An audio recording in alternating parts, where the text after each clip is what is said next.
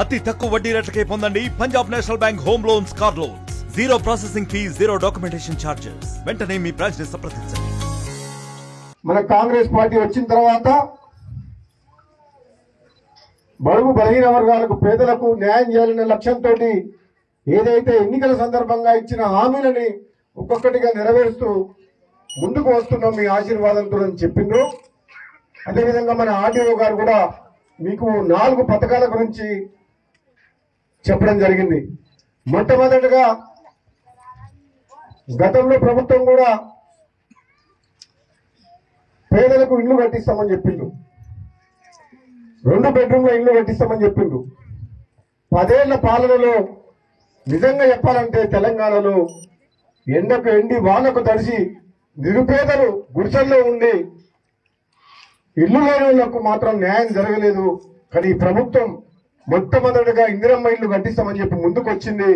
అందులో భాగంగానే మసీదుగూడెం గ్రామంలో పేదోళ్లకు ఇళ్ల స్థలం ఉండి ఇల్లు కట్టుకోలేని వాళ్లకు, స్థలము లేకుండా కిరాయి ఇళ్లలో ఎక్కడో గుడిసె వేసుకొని ఉండే వాళ్ళకు కూడా ఇల్లు కట్టియాలనే లక్ష్యంతో ముందుకు పోతుంది.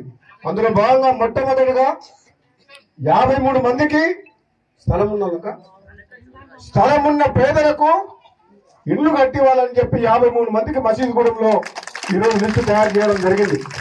పెట్టుకోకండి, ఇంకెవరైనా తక్కువ పడితే కూడా లిస్టు యాడ్ చేస్తా. అది నా మాట, నా బాధ్యత. నేను చెప్తున్నా, 53 మందికి వచ్చినాక రాని వాళ్ళు ఎవరైనా ఉంటే మీరు ఆగమాగం కావద్దు, ఆందోళన చెందొద్దు, ఎవరితో పంచాయతీ పెట్టుకోవద్దు, ఎవరిని మాటలు అనొద్దు.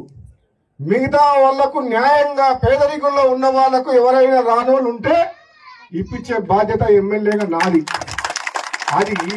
అది కాంగ్రెస్ పార్టీనా, బీజేపీ పార్టీనా, బీఆర్ఎస్ పార్టీనా, ఇది పార్టీలకు సంబంధం లేదు. ఇది ప్రజల సొమ్ము.